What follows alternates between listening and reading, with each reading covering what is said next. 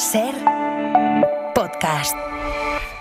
Hola, soy Bruno Alemán y esto es Play Football, el podcast de fútbol internacional en el que te hablamos del juego. El Midtjylland es uno de los clubes de moda en Europa esta temporada.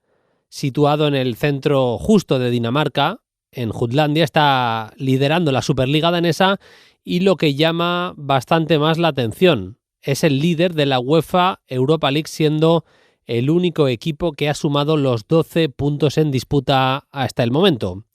Tiene un modelo de club muy claro. Confían mucho en el Big Data, fichan talento joven, trabajan bien la cantera y promocionan su producto. Y luego, si hace falta vender bien, lo hacen. Hoy vamos a conocer al detalle la idea de club y también a los jugadores que apuntan más alto de la plantilla. Los Franculino Yu, Darío Osorio, Ousmane Diao y compañía.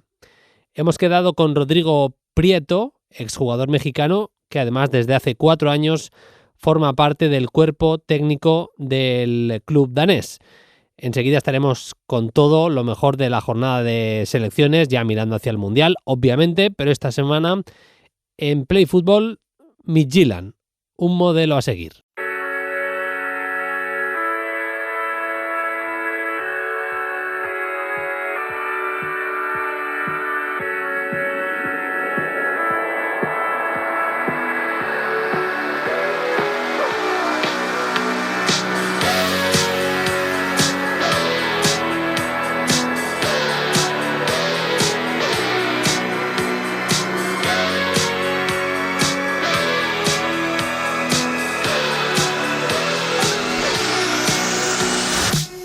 Vamos allá con otro nuevo episodio de Play Football. Enseguida hablaremos de lo mejor de lo que ha pasado en esta fecha FIFA, ya más selecciones clasificadas. Enseguida estamos comentándolo todo, pero nuestro protagonista en la portada es Rodrigo Prieto, es asistente en el Midtjylland. Ya os decimos que uno de los clubes de moda en Europa, por lo que está haciendo en la liga danesa en los últimos años, siendo campeón en varias ocasiones en las últimas temporadas, pero sobre todo por lo que está haciendo también en este arranque de temporada en la UEFA Europa League. Rodrigo tuvo una larga trayectoria como futbolista, se retiró en 2021 con cerca de 38 años y ya unos meses después se metió a entrenar y, como digo, lo tenemos en el Midtjylland siendo uno de los asistentes y ya nos está escuchando. Nos hace ilusión poder saludarle en Play Football. Hola Rodrigo, ¿qué tal? Muy buenas. Hola Bruno, muy buen día, muchas gracias por recibirme. Lo mismo, muchísimas gracias a ti por atender la llamada. Ya viviendo desde hace unos años en Herning, me imagino que con toda la familia y ya bastante adaptado a algo bastante distinto, ¿no? Porque en tu carrera saliste de México, pero no para ir a sitios tan fríos como Dinamarca, me parece, ¿verdad? Sí, totalmente. La verdad que pues ya 4 años y medio por acá. Ya más adaptados, aunque el clima no crees que te adaptas mucho, no acabas por adaptarte al clima, pero bueno, es parte de, y la verdad que en lo personal, en lo particular, muy contento por mi pasar acá en Dinamarca.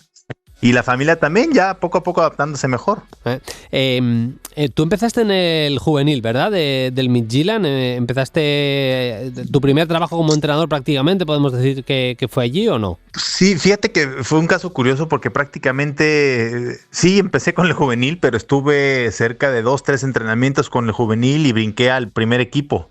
Tuve la suerte de brincar rápido al primer equipo.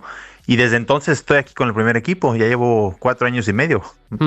Y el papel concreto dentro del staff, ¿qué es exactamente lo que haces dentro de ser asistente?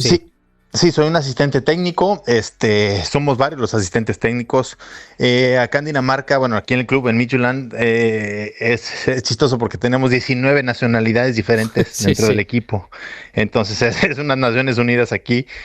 Son diferentes culturas, diferentes idiomas. Tenemos una base importante de latinos. Entonces yo ayudo bastante con todos los jugadores latinos, por el idioma, ¿no? La facilidad del idioma, de poder hablar y estar al tanto en tu mismo idioma, pues te facilita las cosas. Entonces, bueno, un asistente técnico, ayudo en áreas de scout también. Estoy un poco en diferentes áreas del club, pero el día a día es asistente. El modelo de club me llama mucho la atención, Rodrigo, porque, por ejemplo, tenéis un acuerdo con el Mafra, el club portugués, pero básicamente y un modelo de cantera también bien trabajado, que tú conoces también perfectamente. Pero Claro. llama la atención que tiene muy clara la idea de fichar a talentos muy jóvenes que todavía tienen muchos años de carrera por delante, por tanto tienen un valor de mercado bastante alto, bastante superior que si fichas a un jugador de 30 años.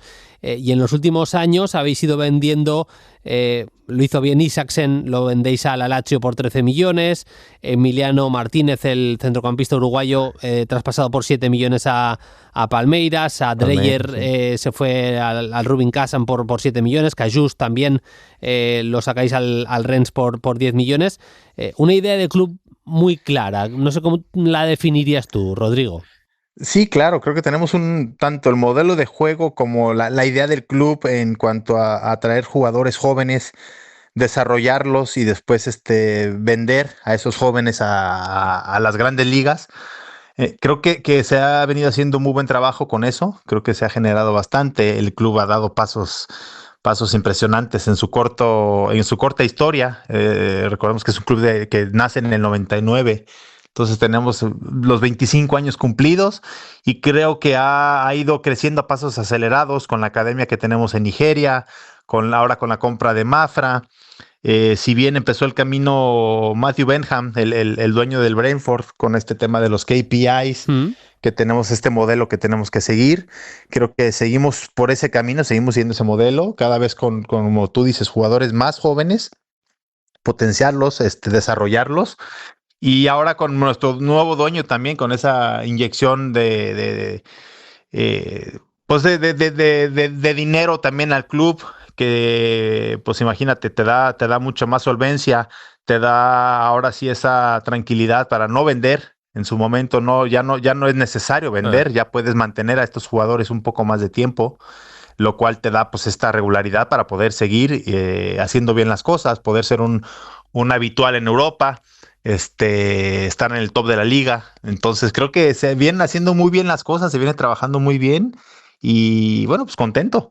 El Midtjylland, para que la gente lo tenga un poco en la cabeza, compartió durante 8 años propiedad, el propietario era el mismo que el del Brentford, como contaba ahora Rodrigo, vende la mayoría de las acciones a Heartland, que es una empresa matriz de Bestseller, que es un empresón dentro de lo que es Dinamarca, que también tiene esas acciones del Mafra, y ahora nos contaba Rodrigo ese modelo de club. Si te hablo también del modelo de plantilla, da la sensación, estabais diciendo ahora ya no tiene esa necesidad de vender, ya puede dar ese paso, intentar ser un poquito más competitivo y no solo hacer negocios, sino intentar ser un poquito más competitivo. Os he comentado varios partidos en la televisión aquí en España y me llama la atención que tenéis todas las posiciones bien dobladas, más allá de que haya jugadores versátiles, en cada posición hay jugadores que, el titular, generalmente es mejor que el suplente, eso pasa en todos lados, pero da la sensación que la plantilla está hecha con mucha cabeza. Exactamente, creo que tenemos un plantel muy vasto, hacemos muchas rotaciones, quiere decir que también los jugadores que entran de cambio están muy parejos en el nivel, si bien tenemos los 11 titulares, pero prácticamente aquí en este club son 16, 17 que habitualmente juegan de titular, estamos rotando, tenemos la Liga, la Copa, la Europa League. Entonces hemos formado un equipo muy denso de estos jóvenes con un buen mix de experiencia. También hay varios jugadores que han llegado a apuntalar el equipo, con el caso de Philip Billing, el capitán Masbeck. Estos jugadores que le dan esa experiencia a tanto joven que tenemos, ¿no? Es precisamente lo siguiente que te quería preguntar, lo tenía en la cabeza, pero ya lo has dicho tú. Me da la sensación que el modelo había sido de fichar mucho jugador muy joven y que lo habéis compensado últimamente dejando que algún jugador un poco más veterano como Beck, Sorensen, por ejemplo, se quede en el club, haciendo cosas como fichar a Billing, que ya es un jugador con experiencia en varias ligas europeas. Es un modelo también en ese sentido muy, muy interesante. Rodrigo, el cambio de entrenador, estabais con Thomasen. He leído que es a través del Big Data que decía que el equipo no estaba en la mejor situación, que vais al filial del Borussia Dortmund y firmáis a Mike Tulberg, el técnico de tan solo 39 años que de momento está sacándole mucho partido al equipo. Así es, la verdad que una sorpresa para muchos, porque si bien Thomas lo respaldaban los resultados hablaban a su favor. No habíamos perdido un juego, no sé cuánto tiempo, varios meses, 4 o 5 meses. Estábamos compitiendo en la liga, estábamos calificados a Europa League y toman esta decisión por el hecho de los KPIs, que es una línea muy estricta que tenemos que seguir, que ha dado resultados al club. Y bueno, hoy podemos decir que le dio la razón al club, ¿no? A la dirigencia del club, que ahora llega Mike Tulberg, un entrenador joven, con mucha energía, con una gran experiencia allá en Alemania, como lo mencionas, con el Borussia Dortmund, y creo que vino a inyectarle un plus al equipo y a sacarle lo mejor a tanto jugador joven que tenemos. Él, que conocía muy bien, o venía trabajando muy bien con tanto joven, llega una plantilla pues bastante joven y creo que ha venido a hacer muy, muy bien las cosas. Dentro de esa idea de fútbol de Tulberg, me llama la atención que estáis consiguiendo ser un equipo camaleónico, en el sentido que tampoco tenéis un sistema que sigáis a rajatabla. He visto al equipo jugar con 3 centrales, con 4 atrás, planteando también el partido de forma bastante distinta en función del rival. Es decir, el partido que planteasteis contra el Forest obviamente no tuvo nada que ver con el que jugasteis contra el Celtic. Me ha gustado esa capacidad para variar el planteamiento y ser tan competitivo como para ganarle a todo un Forest, que es una plantilla impresionante en su campo, y bueno, y darle un meneo, un baile, como decimos aquí al Celtic en el último partido de Europa League. Sí, digo, totalmente, como lo mencionas, creo que no estamos casados con un sistema. Nos adaptamos muy bien, hemos trabajado diferentes, nos adaptamos, tratamos de, si bien nuestro estilo de juego es en base a esa agresividad de los jugadores que tenemos, a ese físico, tratamos de buscar siempre jugar mano a mano, jugar hombre a hombre, ¿no? A ejercer una presión alta, y intentamos jugar tanto de local como de visita de la misma manera. Cambiamos un poco, lógicamente, dependiendo del rival, dependiendo cómo salen jugando, cómo nosotros queremos presionar, salir jugando. Entonces vamos modificando, pero siempre con la misma expresión, siempre con un fútbol muy agresivo, muy vertical y muy físico. Sí, la verticalidad es tono constante del equipo y realmente le saquéis mucho provecho, igual que al balón parado, te diría. Ya no solo en acciones de corners, faltas laterales, faltas directas, con esa pierna izquierda también de Osorio, el guante que tiene Simsir también, Mikel Gogorza, el jugador también de origen vasco, que las pone realmente bien. Me llama la atención que Mbabu y Beck Sorensen tienen catapultas en los brazos para esos saques de banda, Rodrigo. Es una cosa tremenda, ¿eh? Sí, totalmente. Creo que es un arma más que tenemos. Es una parte muy importante de nuestro sistema de juego. Es algo que trabajamos muchísimo. Para nosotros creemos que es de mucha importancia, que te da muchísimos puntos a lo largo del torneo, que te puedes trabar cualquier partido. Entonces, si es tan importante hoy en día para el fútbol, pues tratamos de trabajarlo con esa importancia, ¿no? Cada vez más, cada vez perfeccionamos más. Como tú dices, no solo es el córner o esas cobros laterales, sino también los saques de banda. Todo lo que conlleva la pelota parada, la táctica fija. Creo que se trabaja mucho y se trabaja muy bien y bueno, nos ha dado muy buenos resultados. Totalmente. Déjame, vosotros os gusta hablar más de equipo que de jugadores, pero te tengo que preguntar, aunque sea solo por dos de los futbolistas, hay muchos que me gustan mucho. Ousmane Diao, Claro. me gusta Castillo en el centro del campo, Bravo. Tenéis una plantilla de jugadores que pintan muy bien, además los jugadores jóvenes con margen de mejora todavía. Pero te veía también en una entrevista en Movistar hablar de Osorio y te quiero preguntar por Franculino Yu. Por la temporada Sí. que está haciendo Franculino, es que estamos hablando de 19 goles y 3 asistencias, futbolista que lo sacáis gratis del filial del Benfica, él no renueva, es canterano del Benfica y vamos, estamos hablando de un futbolista, aseguran que se ha interesado por él el Bayern de Múnich, estamos hablando de un futbolista con un techo, si no me corriges Rodrigo, para mí altísimo. Sí, totalmente. Creo que es un jugador muy completo, es un jugador diferente, ¿no? Creo que es uno de esos jugadores que nació para meter gol, para estar cerca del gol, siempre se las ingenia, tiene esa creatividad, tiene un juego diferente, a lo mejor muchos dicen que es un juego raro, un juego, este, pues fuera de lo normal, pero siempre te genera algo, siempre está en constante peligro para el equipo rival, y sus números son impresionantes, sus números lo avalan, ¿no? Está ahorita en el top 4, top 5 para la bota de oro. Imagínate, entonces a su corta edad tiene un potencial increíble, creo que no tiene techo. Lo bueno ahora, como lo mencionábamos del equipo, de nuestro nuevo dueño del equipo, es que pudieron soportar, no lo vendieron, lo aguantaron. Se quedó aquí y bueno, lo estamos viendo en esta temporada que va a ser, yo creo que su última, pero está explotando, ¿no? Está haciendo los mejores números que ha tenido.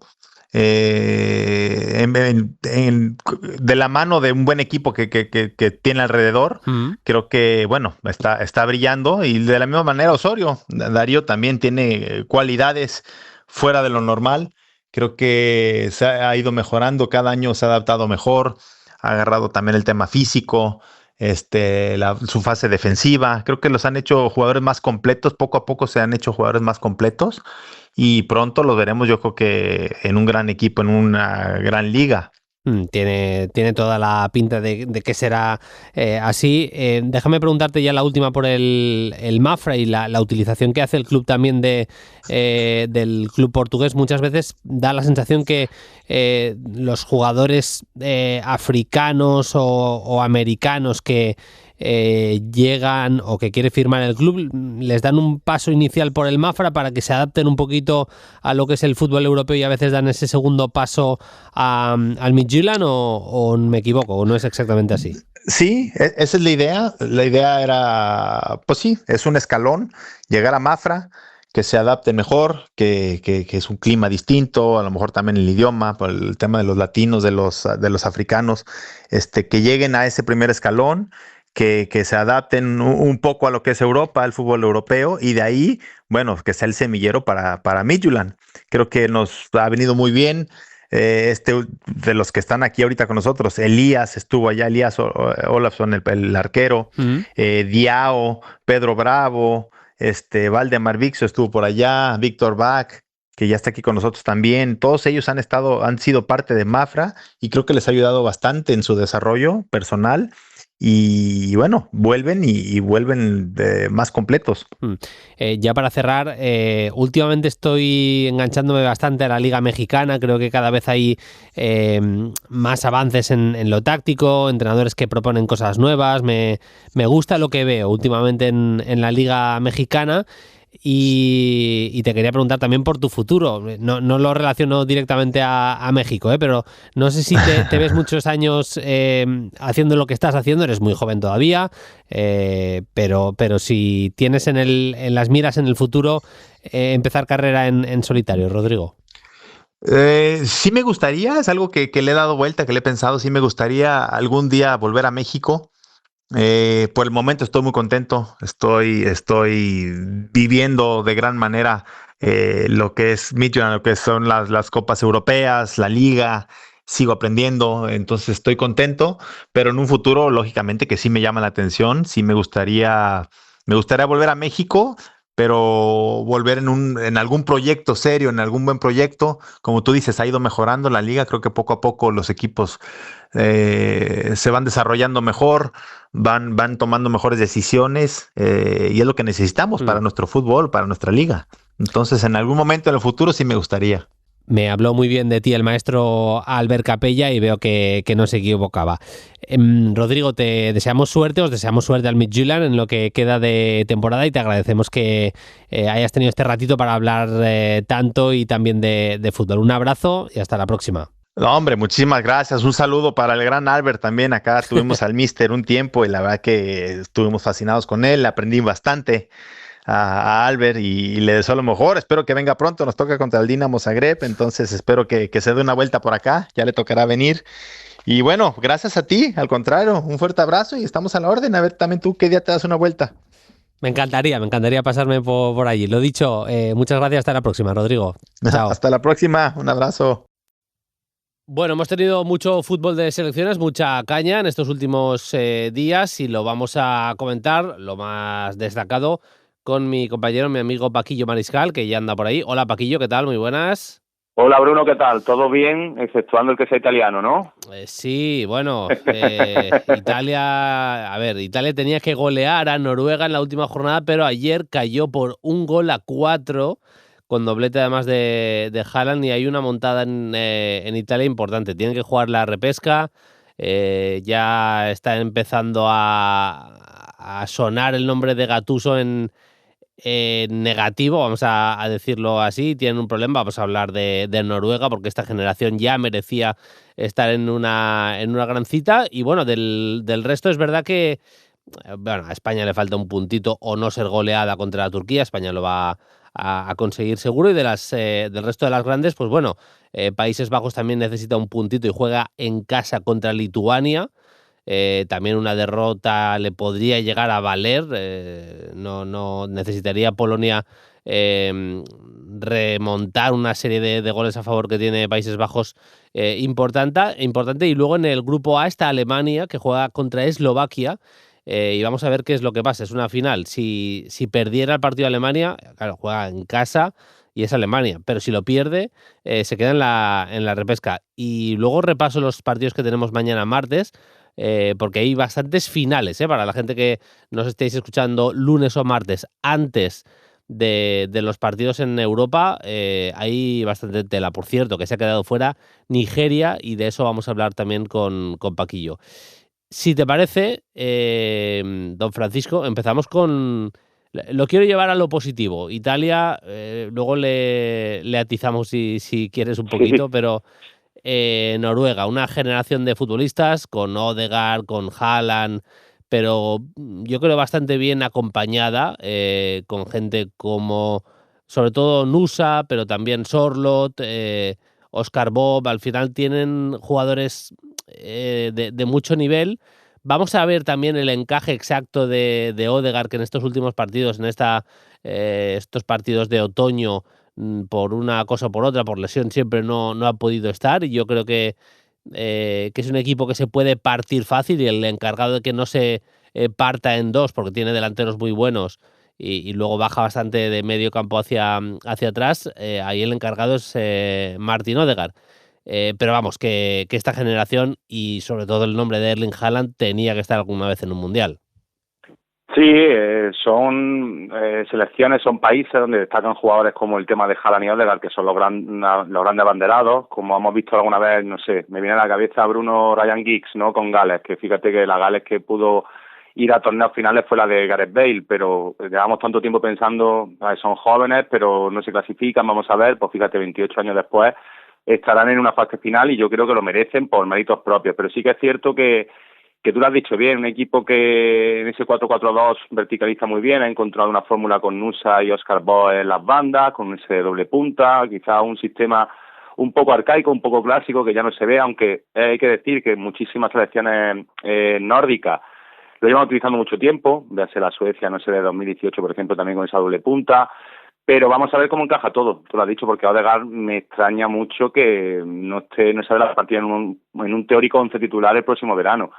Dicho esto, hay alternativas, hemos hablado de Sorloth, de Haaland, está Strand Larsen, luego los actuales secundarios, ¿no? Berg, Ayer, Rierson, jugadores que están, Skellerud, jugadores que están aportando del banquillo o desde su línea sin llevarse los focos evidentemente de los Haaland, Odegaard y demás, pero me parece una selección que al final ha encontrado una línea y me recuerda un poco a la primera Bélgica de Roberto Martínez, que no acababa nunca, tiene una generación muy buena, no acababa nunca de encajar las piezas. Vilmos, llegó Roberto Martínez, lo encajó todo, y algo parecido, creo, sin compararla evidentemente, que es esta Noruega. Lo del encaje de Odegaard es interesante, lo decía Paquillo. El otro día, por ejemplo, estos días está jugando con Berge y con Berg en el medio centro. A mí el futbolista del Bodo me parece que tiene entidad suficiente como para estar en la plaza de titular. Es que yo creo que eso va a ser muy complicado que lo pierda. Es decir, poner 5 piezas claramente de ataque en un mundial, además, a mí me parecería demasiado. Que Odegaard sea uno de los dos del doble pivote, a ver, en contextos ante selecciones contra las que sea muy superior, me parece incluso lo más adecuado. Pero en una eliminatoria hipotética me pongo a pensar, Paquillo, y creo que lo normal es ver a Odegaard algo caído a la banda derecha o en la media punta. Entonces quedaría plaza solo para un extremo, que para mí ahí la plaza, y más siendo en la izquierda, se la tiene que ganar Nusa sí o sí, me parece que es el más desequilibrante. Tener a Oscar Bob y, como decías, Skelderud en el banquillo me parecerían buenas opciones.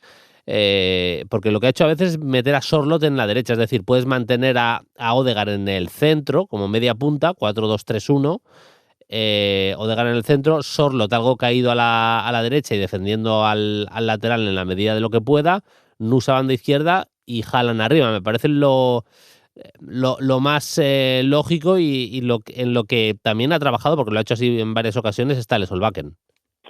Sí, yo creo que Solbakken tiene esas dos opciones, claro, no creo que vaya a cambiar nada de sistema para encajar 3 piezas arriba con 3 centrales, carrileros, no creo que vaya a ser una locura porque la ha funcionado bien. Yo creo que dependiendo la adaptabilidad del rival, si va a ser un rival que le va a suponer una presión alta y va a tener menos balón, pues quizás sería interesante el tema de Sorloth, que ha ido a un costado, para buscar juego directo sin perder la pieza de Haaland en el centro como delantero de referencia y un Odegaard un poquito más suelto.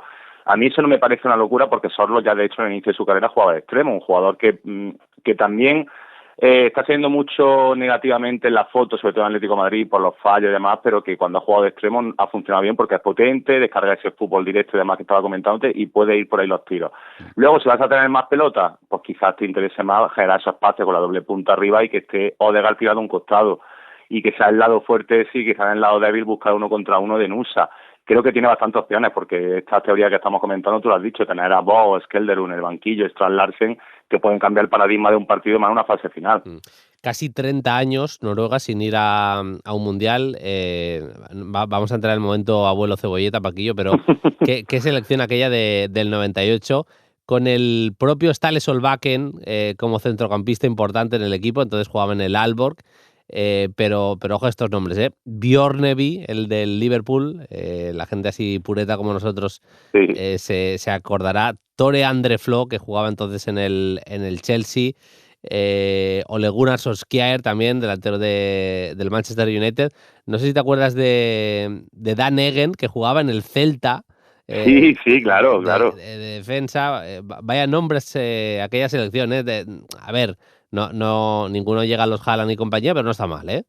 Bueno, yo creo que de todo eso, Ole Gunnar Solskjaer quizás no llegue a las cifras o los números en el talento de Haaland, pero hizo una carrera muy importante en Premier League, estuvo en aquella final famosa del Manchester United en Barcelona, siendo importante, o sea, que tiene su pesito en la historia. Luego cabe recordar quizá otro nombre también que llegó un poco después, que hizo carrera en España, que fue John Karius. Sí, entró un poquito más tarde y hay que decir que Noruega, justo después, era una buena generación de futbolistas. En la Eurocopa siguiente, en De Kuip, en el estadio del Feyenoord, le gana a España 0-1. Me acuerdo una, voy a decir, cantadita de Molina. Sale Molina, me acuerdo perfectamente, a por uvas y se la come. Y era el primer Vaya Eurocopa sufrimos aquella con España, madre mía. Porque empezó muy mal, luego siguió bastante mejor y al final esa eliminación con Francia, aquella Francia de Zidane era mucha Francia, era muy complicado. En fin, momento abuelo cebolleta cerrado. Toca hablar mínimamente, aunque sea de Italia. Para mí se está criticando muchísimo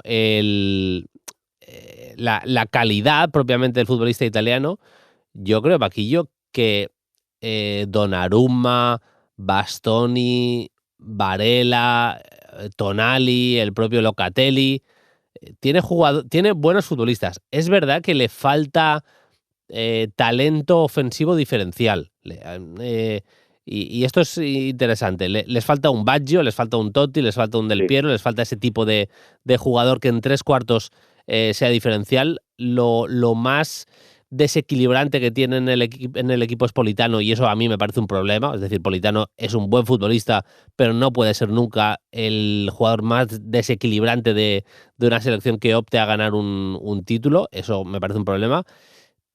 Pero me parece que a nivel de materia prima tampoco es tan dramático el tema, y sí que tendrían que mirar un poquito más a modelo de juego, a qué están haciendo bien y qué están haciendo mal los propios jugadores de la selección.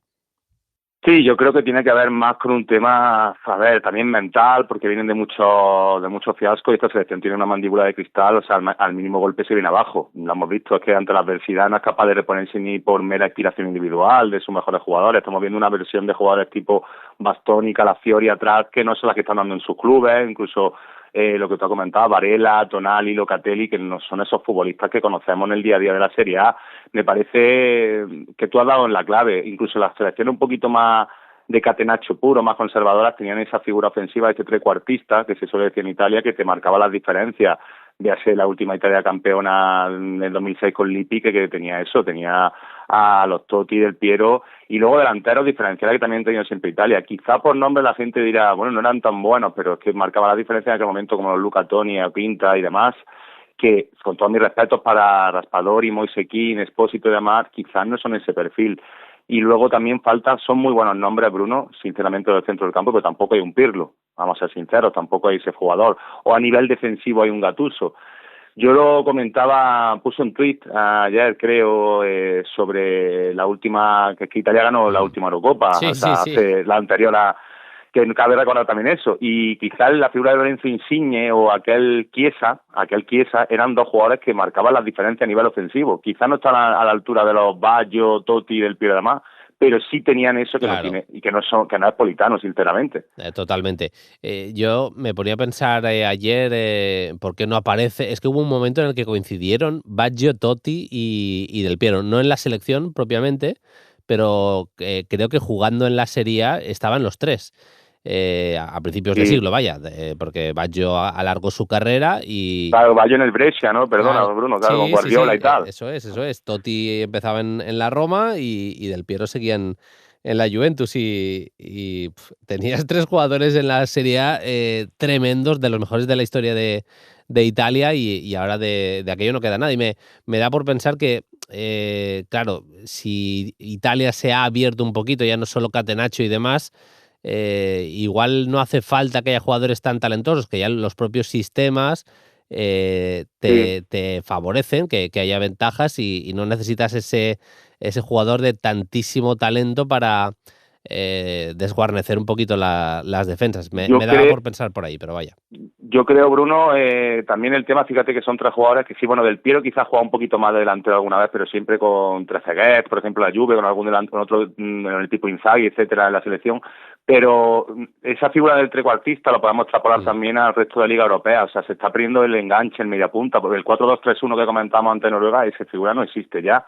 Siempre son jugadores que tienden a acabar su carrera como interiores o tirado a un costado, porque hemos hablado de esos grandes, pero también, no sé, más recientemente, Di Natale acabó su carrera jugando por dentro, Giovinco, aparecía muchísimo ese perfil de mediapunta italiano que es que ya no, yo creo que no se entrena. Sí, y como hay tantísimo jugador, tantísima defensa por dentro, como los equipos ya defienden carril central con tantísimos futbolistas, muchos con tres centrales y a veces incluso tres mediocentros, pues claro, pasa por ahí, más complicado que en la Gran Vía de Madrid a las 8 de la mañana un lunes, es que es imposible. Un poco me sirve lo de los mediapuntas, porque ahora los tiran siempre a las bandas, para hablar de Alemania, porque jugó bien Florian Wirtz, lo hizo algo caído a la banda izquierda, ganó a Luxemburgo, pero ganó 0-2, y está empezando a recibir críticas Julian Nagelsmann. Claro, es Luxemburgo, y hasta la segunda parte, hasta el minuto 4 de la segunda, el partido estaba 0-0 y la gente en Alemania sufriendo bastante. Salió con laterales muy ofensivos, con Baku y Raum, un doble pivote en el que no estaba Kimmich, estaban Goretzka y Pavlovic, línea de medias puntas para Sané en la derecha, Gnabry, pues iban intercambiando un poquito Gnabry y Sané, pero Gnabry en la media punta y Florian Wirtz en la izquierda, aunque también caía mucho por dentro. Y Voltemade era la referencia, el delantero del Newcastle, que marcó 2 goles. Un equipo que a mí, te soy sincero, en la Eurocopa, después de España, me parece que fue el equipo que mejor fútbol practicó. Me gustó mucho esa dupla Musiala-Wirtz. Creo que, a diferencia de lo que pasa en el Bayern, sí que está echando bastante en falta a Musiala, pero de momento no veo que encuentre la tecla Nagelsmann, insisto, esta noche tiene un partido importante.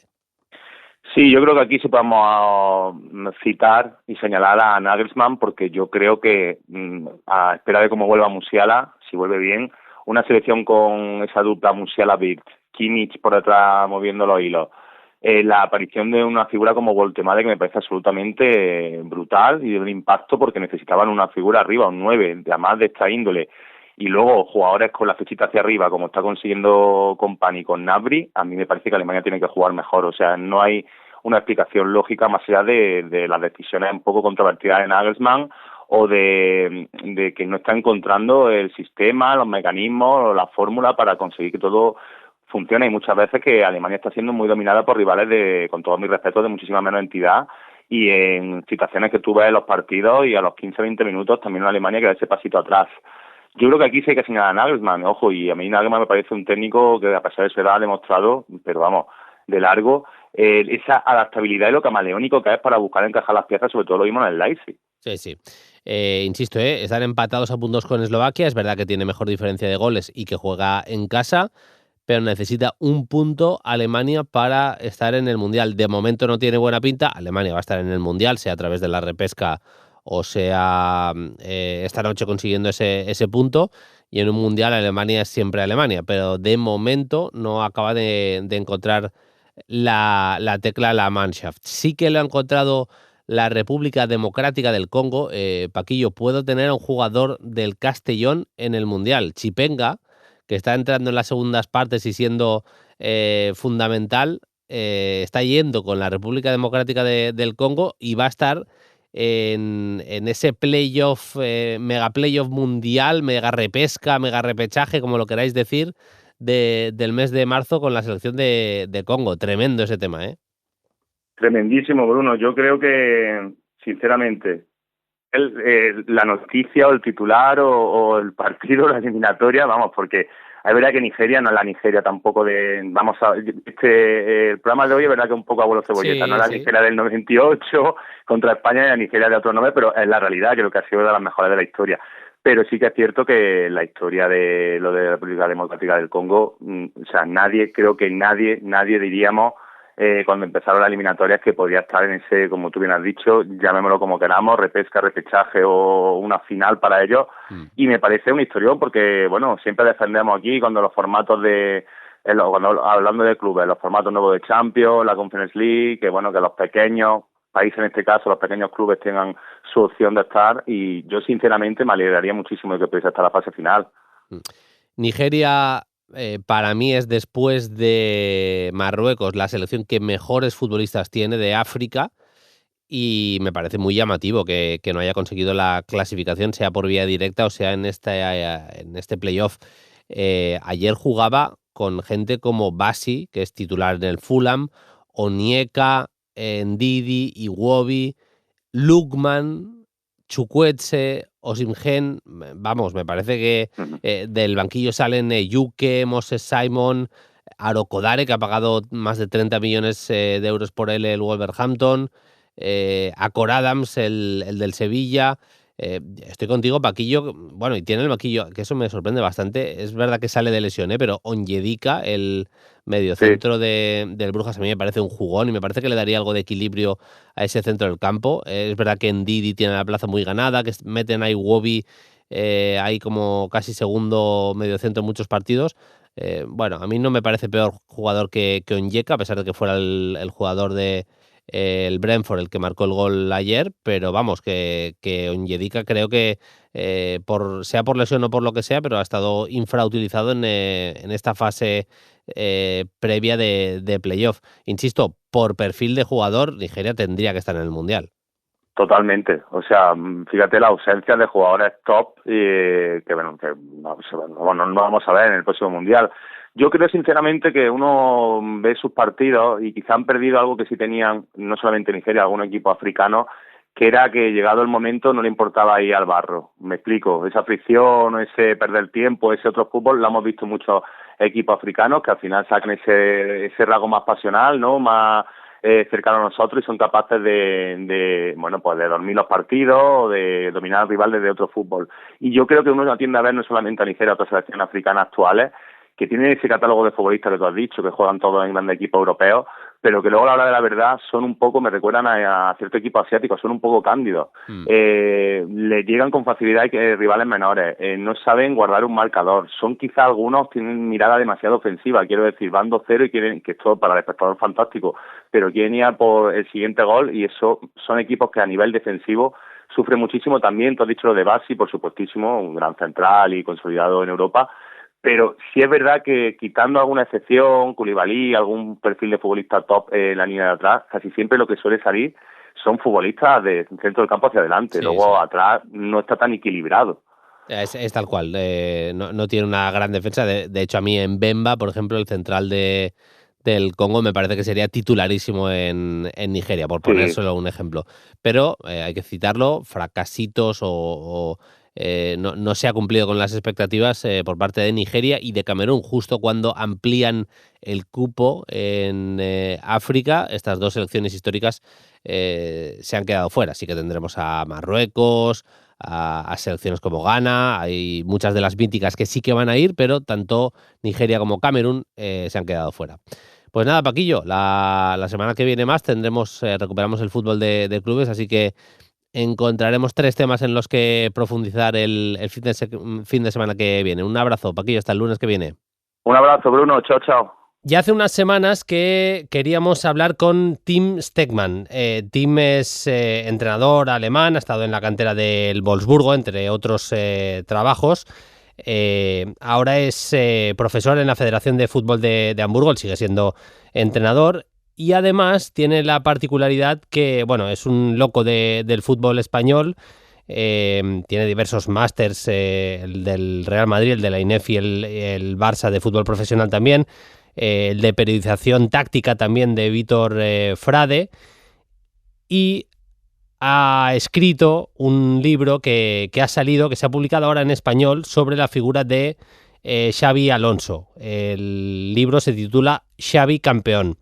Y nos está escuchando ya en Play Fútbol. Hola, Tim, ¿qué tal? Muy buenas. Muy buenas, muchas gracias. Gracias a ti por atender nuestra llamada. ¿Qué tal? Ahora estás de profesor de entrenadores, por decirlo así, en la Federación de Hamburgo. ¿Te pica un poco lo de volver a los banquillos o estás...? Sí. Sí, tienes ganas de volver, ¿no? Hombre, claro, como me gusta mucho ser entrenador, además soy entrenador para las selecciones regionales.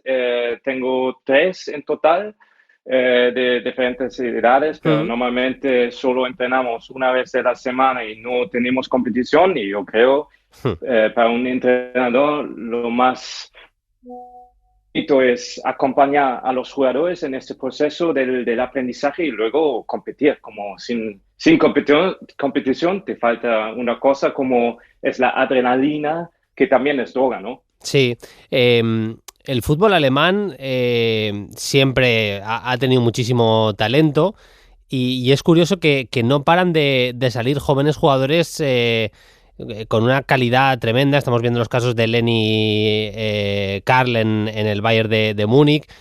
Hace muy poquito ganó el Mundial Sub-17 con una generación fantástica, con Paris Brunner, con Noah Darvich y demás. ¿Cómo ves el estado del fútbol base de las categorías inferiores en Alemania?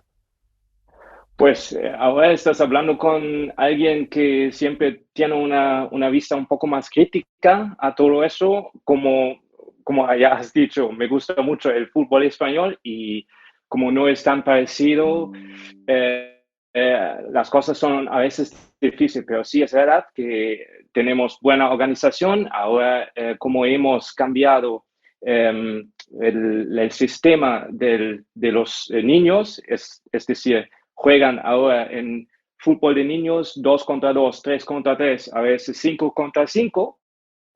Y con esa organización y con esos partidos, el fin de semana siempre es un poco de torneo y con esos ganan demasiados contactos y claro, van a crecer y van a desarrollar perfectamente con ese sistema. Pero al mismo momento, a veces en Alemania me falta un poco la perspectiva de juego en función de entender el juego profundamente. Yeah. Entonces, porque al final siempre encuentras que buscas.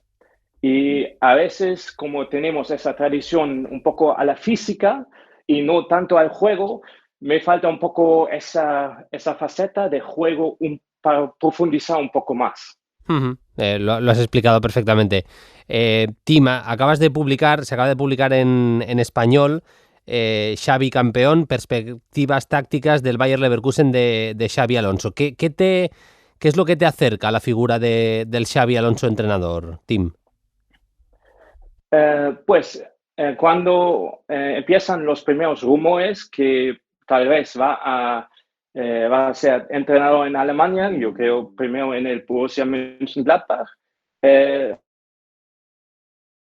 el interés, porque yo creo que Xavi es una figura que tenía tantos entrenadores de altísimo nivel y como Guardiola, Mourinho, Benítez, su padre mismo también, tanto las figuras como Del Bosque, Aragones, y había sido un jugador que piensa el juego como yo siempre dice un poco como es un quarterback, como piensa sí, claro. el partido en total, es como es una figura central. Y cuando empezó a ser entrenador, ¿cómo va a acercarse al juego y cómo va a percibir el juego y cómo van a jugar sus equipos?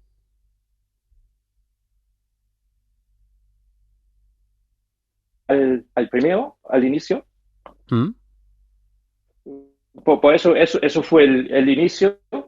Y luego, cuando estaba en Alemania, en el Leverkusen, ya percibí cosas que he aprendido en el máster, en los másters de Barcelona y Madrid especialmente.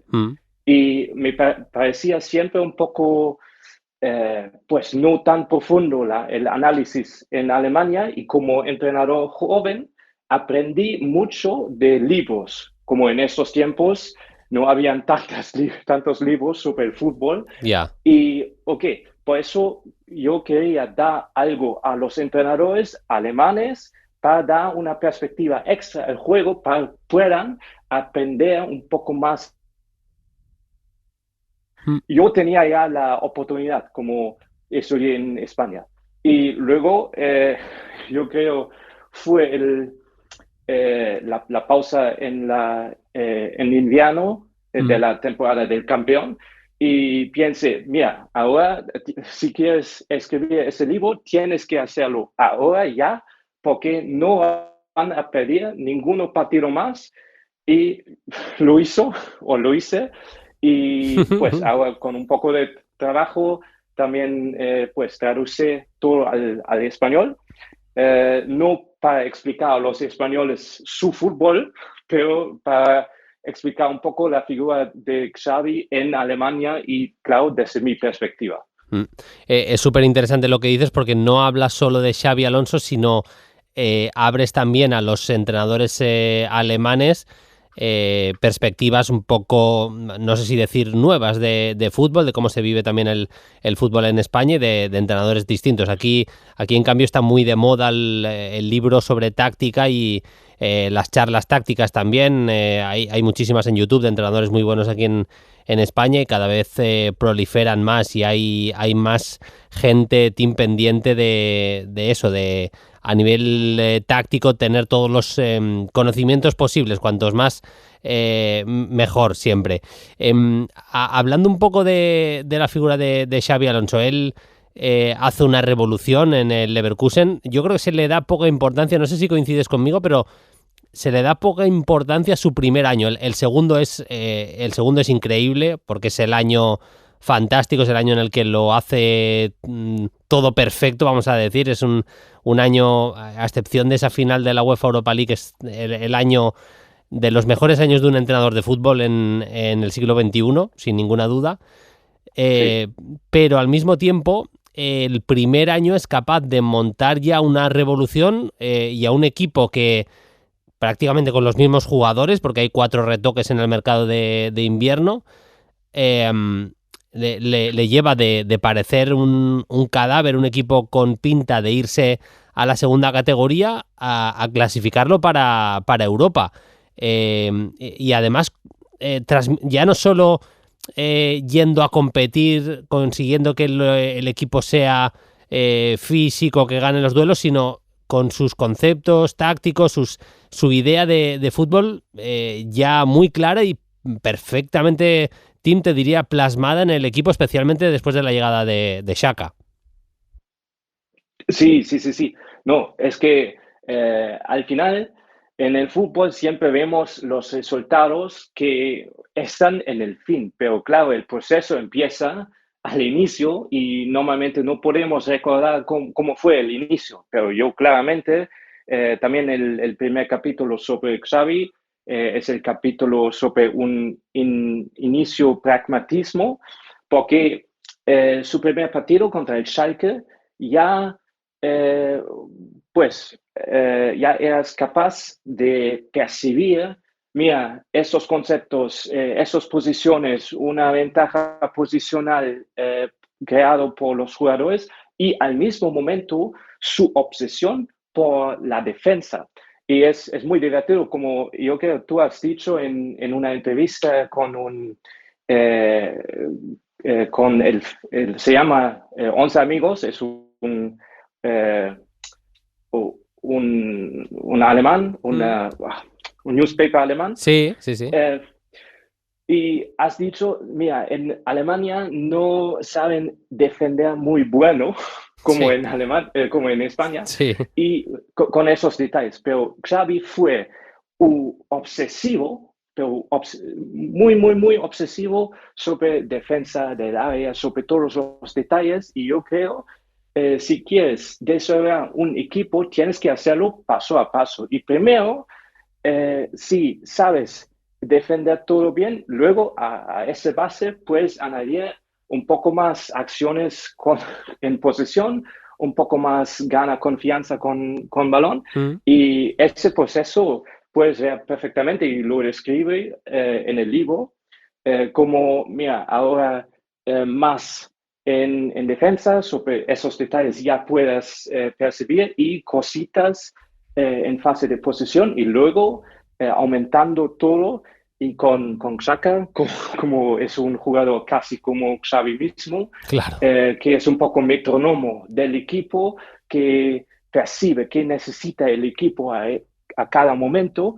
Eso fue clave para mí. Claro, todos hablan de Wirtz, y Wirtz es un jugador excepcional, sin duda, pero para ese equipo, un jugador como Granit Xhaka, y claro, también como Grimaldo, son esos extras que le dan la cualidad para competir a ese nivel.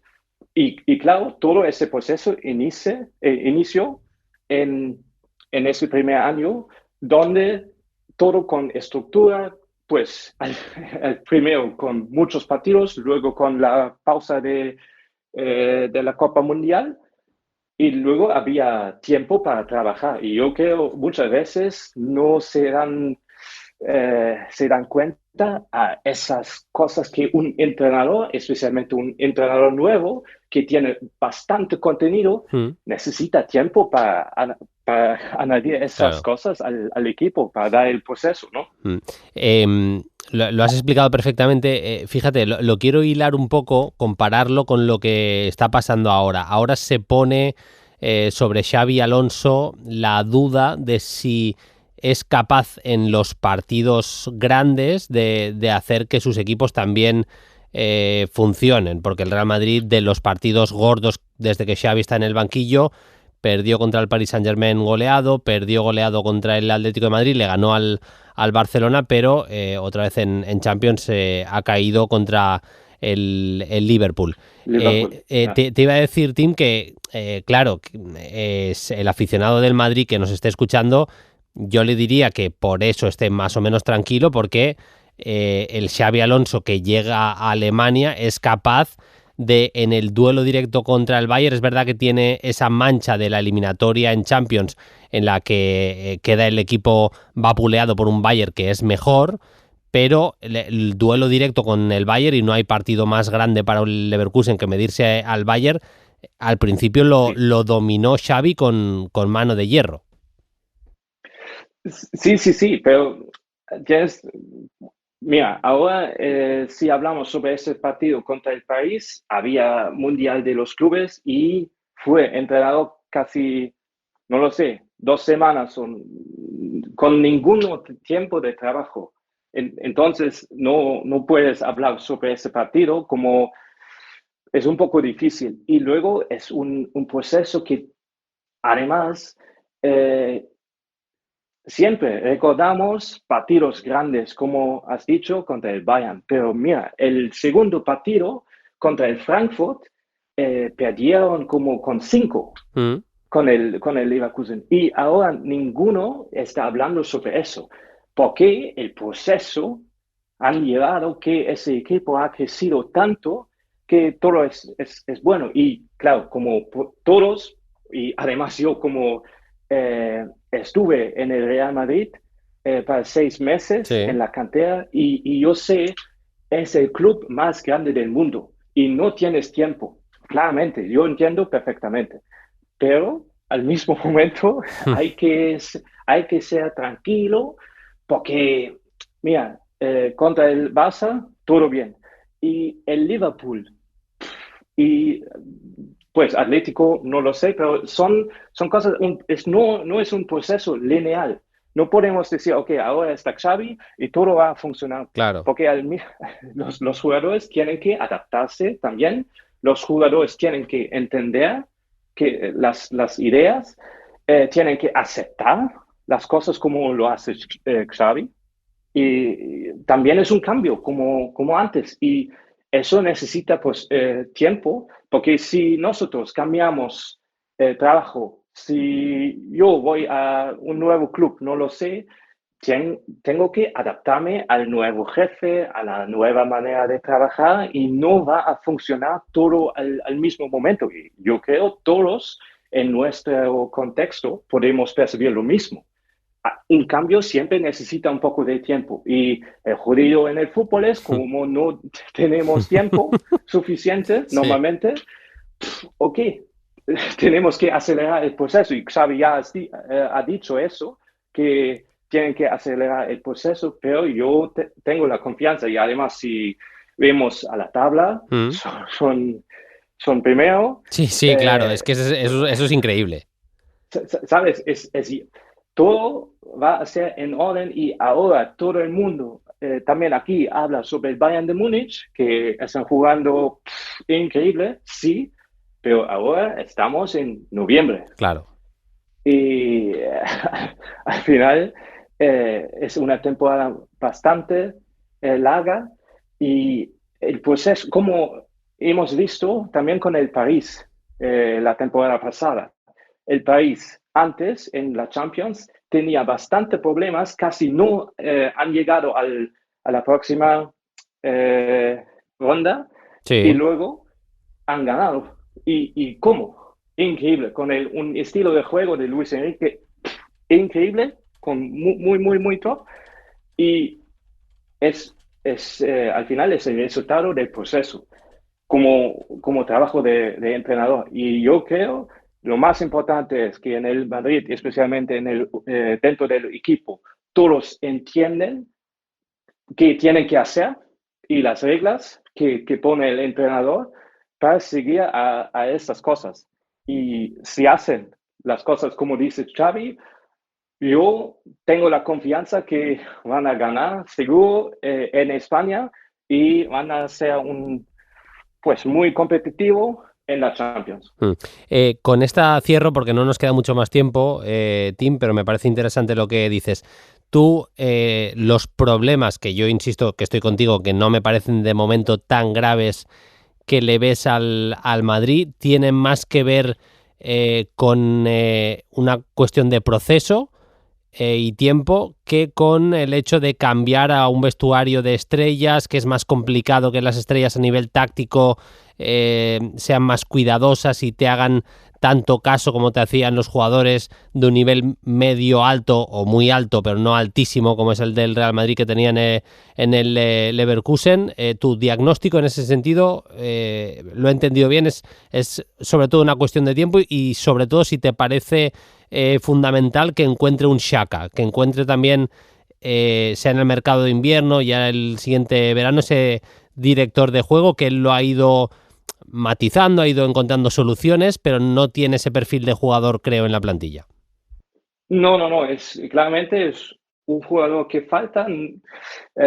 Piense que tal vez fuese posible desarrollar un jugador en esa dirección como Ceballos o no lo sé, o Arda Güler, pero tiene otro rol. Pero claro, los mejores del mundo en esa posición son Vitinha, Rodri, Zubimendi. Entonces, claro, dos españoles muy top. Y ojalá sea capaz de encontrar un español que percibe el juego como tienes que percibir en esa posición y ese jugador sea capaz de ser el metrónomo como... Yo siempre soy un poco crítico con los franceses. Sí. Son perfectos, son muy trabajadores, con mucha fuerza. Sí. Pero al final falta un poco ese ritmo, esa sensación fina de control. Que necesita, sí, de control y qué ritmo necesita el juego. Eso es. Y es también una cosita que es muy difícil percibirlo, porque yo no lo sé si les da cuenta en España, pero por ejemplo, en Alemania la traducción para el ritmo sería lo mismo como velocidad. Ya. Y entonces todos entienden velocidad, como tienes que acelerar. Sí. Y no, es ritmo, es como bailamos. Y el fútbol es un poco más baile, como no es una corrida. y sabes, y eso yo creo en la percepción del juego y especialmente en la percepción del juego como yo creo quiere jugar Xavi, necesitas una persona como, pues, al final como él mismo. Sí, se ha entendido. Solo para que te lo apuntes, hablas español perfectamente, pero querías decir, Tim, corrida es otra cosa en España. Mejor carrera, te lo digo para la próxima, porque la gente lo puede entender diferente. Tim, nos hemos quedado sin tiempo, de verdad que he disfrutado muchísimo la charla contigo. Me quedo con tu número apuntado en rojo y de verdad que la he disfrutado muchísimo charlando contigo y animo a la gente. Yo he hecho la entrevista sin haber comprado el libro porque bueno, paso una época de mi vida en la que he tenido muchísimos frentes abiertos y he tenido mucho jaleo, pero ten por seguro que lo voy a hacer. Está disponible a través de Amazon, veo también que a través de la Casa del Libro la gente lo puede adquirir. Xavi campeón, perspectivas tácticas del Bayer Leverkusen de Xabi Alonso, además con prólogo de Martí Perarnau, que eso es siempre garantía también. Así que, Tim, lo dicho, muchísimas gracias por atendernos y te envío un abrazo fuerte. Igualmente, muchas gracias.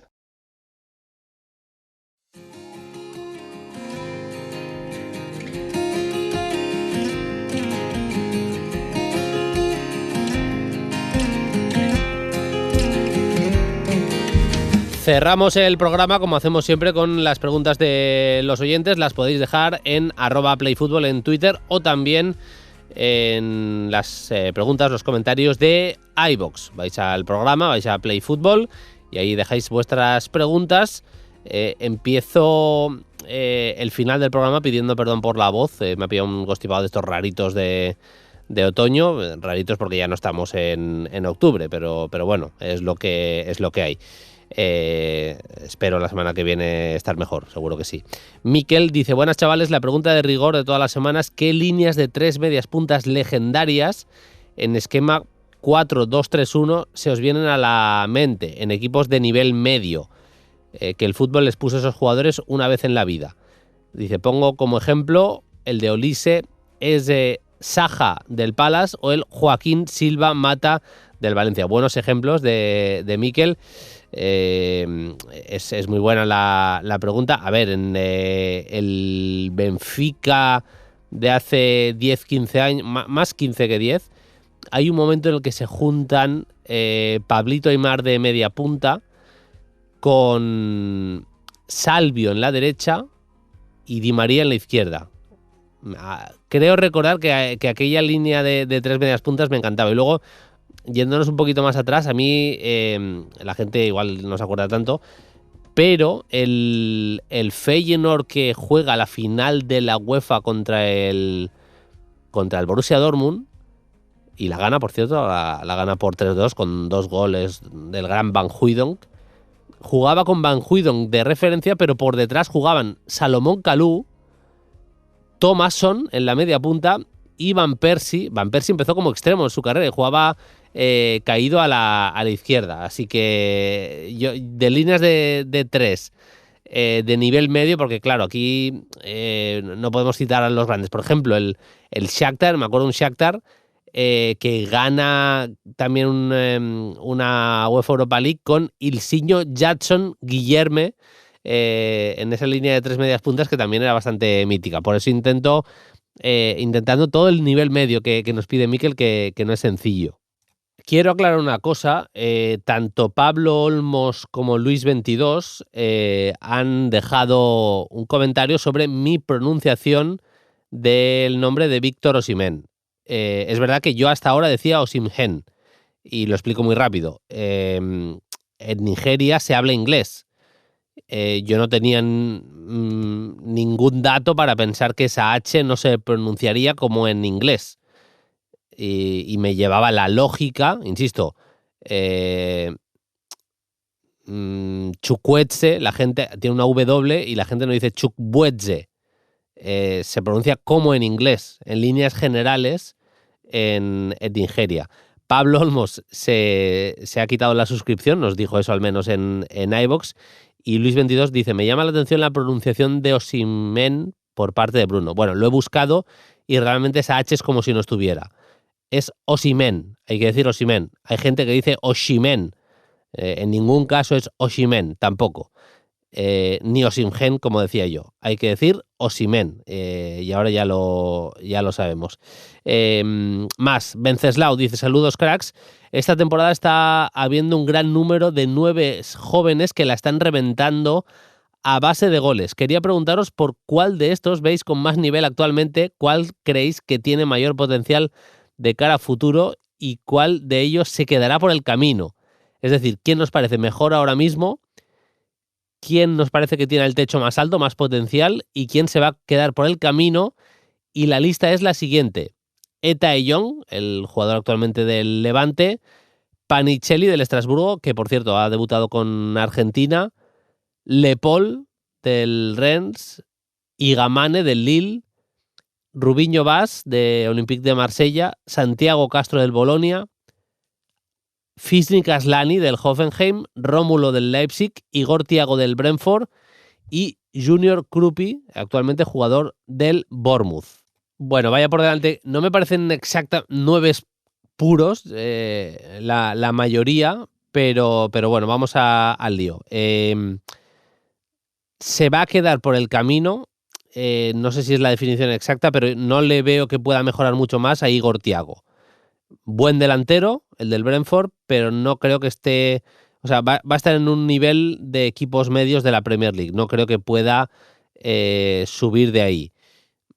Santiago Castro es bueno, pero tampoco me enamora. Bueno, yo creo que... Pero me voy a quedar con Igor Thiago.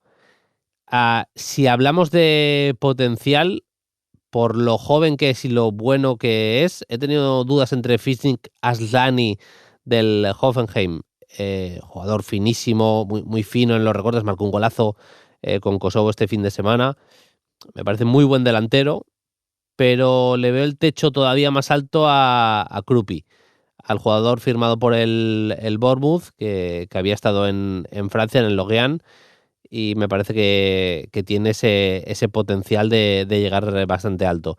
Y si hablamos de futbolista hecho ahora mismo, que pueda darle ya a su equipo cosas importantes, igual me quedo con Eta y Young, por el nivel entre Eta y Young y Panicelli estaría entre los dos, porque realmente están en números importantes, en equipos que tampoco tienen una producción de ocasiones gigantesca, y me parece que están los dos a bastante buen nivel. Era complicada la de Venceslao, pero ha quedado respondida.